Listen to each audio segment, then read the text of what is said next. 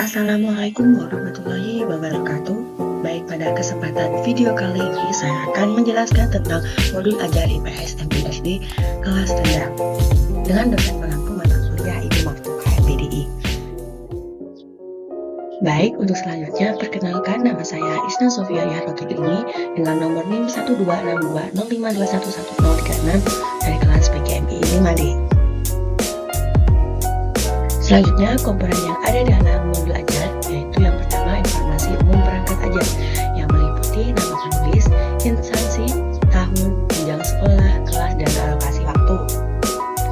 Untuk keterangannya bisa dilihat ya. Selanjutnya, komponen yang kedua yaitu tujuan pembelajaran. Tujuan pembelajaran meliputi fase kelas, materi, elemen, tujuan pembelajaran, indikator. Pada tujuan pembelajaran ini yaitu menjelaskan pemahaman tentang DENA sebagai petunjuk arah beserta kenampakan alam dan buatan di sekitar. Indikatornya, peserta didik dapat mengetahui pemahaman tentang DENA dan kenampakan alam beserta buatan yang ada di sekitar. Kemudian, membuat dan mendemonstrasikan DENA suatu daerah di sekitar tempat tinggal. Indikatornya, peserta didik dapat membuat dan mendemonstrasikan DENA suatu daerah yang dibuatnya. Yang tujuan yang ketiga pembelajarannya menyebutkan kenampakan alam dan buatan yang ada di sekitar. Dengan indikator, peserta didik dapat menyebutkan kenampakan alam dan buatan yang ada di sekitarnya. Selanjutnya yaitu kompetensi awal. Kompetensi awal peserta didik pada awalnya belum mengerti tentang DENA sebagai petunjuk arah dan kenampakan alam beserta buatan. Setelah pembelajaran, maka peserta didik dapat memahaminya. Yang kedua, peserta didik pada awalnya yang belum bisa membuat suatu DENA, maka setelah pembelajaran dapat membuatnya serta mendemonstrasikannya. Yang ketiga, peserta didik pada awalnya yang belum bisa membedakan kenampakan alam dan buatan, setelah pembelajaran peserta didik dapat menyebutkannya. Selanjutnya yaitu profil pelajar Pancasila, meliputi beriman bertakwa kepada Tuhan Yang Maha Esa dan berakhlak mulia, mandiri, kreatif, bernalar kritis, serta bergotong royong. Sarana dan prasarana meliputi ruang kelas dan alat pembelajaran yang ada. Selanjutnya, target peserta didik. Peserta didik umum tidak ada kesulitan dalam mencerna dan memahami materi ajar. Peserta didik dapat mencerna dengan cepat dan mampu mencapai keterampilan berpikir arah tinggi atau HOTS dan memiliki keterampilan memimpin. Selanjutnya, model dan metode. Modelnya menggunakan project-based learning dan metodenya ceramah, tanya jawab, diskusi kelompok, serta penugasan. Pemahaman bermakna meningkatkan kemampuan peserta didik dalam membuat DENA sebagai petunjuk arah dan mengetahui kenampakan alam beserta buatan yang ada di sekitar.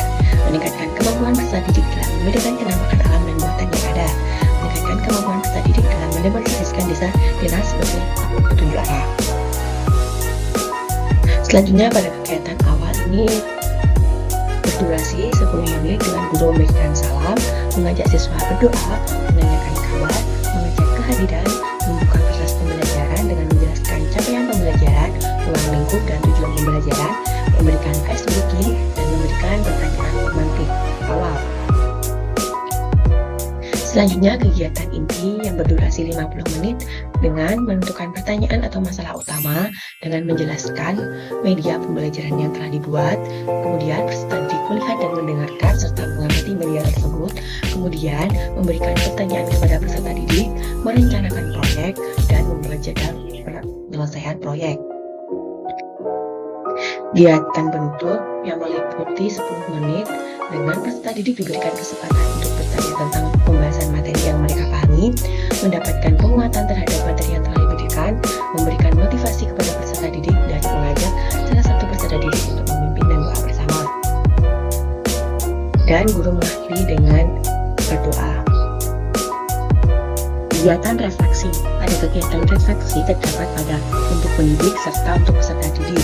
Bisa dilihat refleksi untuk pendidik, apakah tujuan pembelajaran tersebut telah tercapai, apakah peserta didik dapat mengikuti pembelajaran secara aktif, kesulitan apa yang dialami guru, dan untuk peserta didik, apa kesulitan yang ditemui dalam pembelajaran ini, apa yang kamu rasakan mengikuti pembelajaran ini, dan apa pesan dari pembelajaran kali ini.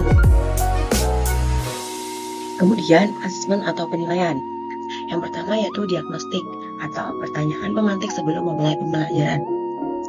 Kemudian asesmen formatif, yaitu penilaian proses, observasi sikap, performa berupa presensi, keterampilan pengetahuan selama proses pembelajaran.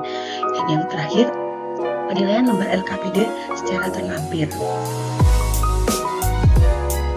Kemudian lampiran berisi materi ajar, media pembelajaran, LKPD, dan instrumen penilaian, dan juga refleksi. Sekian presentasi dari saya, mohon maaf apabila ada salah kata. Wassalamualaikum warahmatullahi wabarakatuh.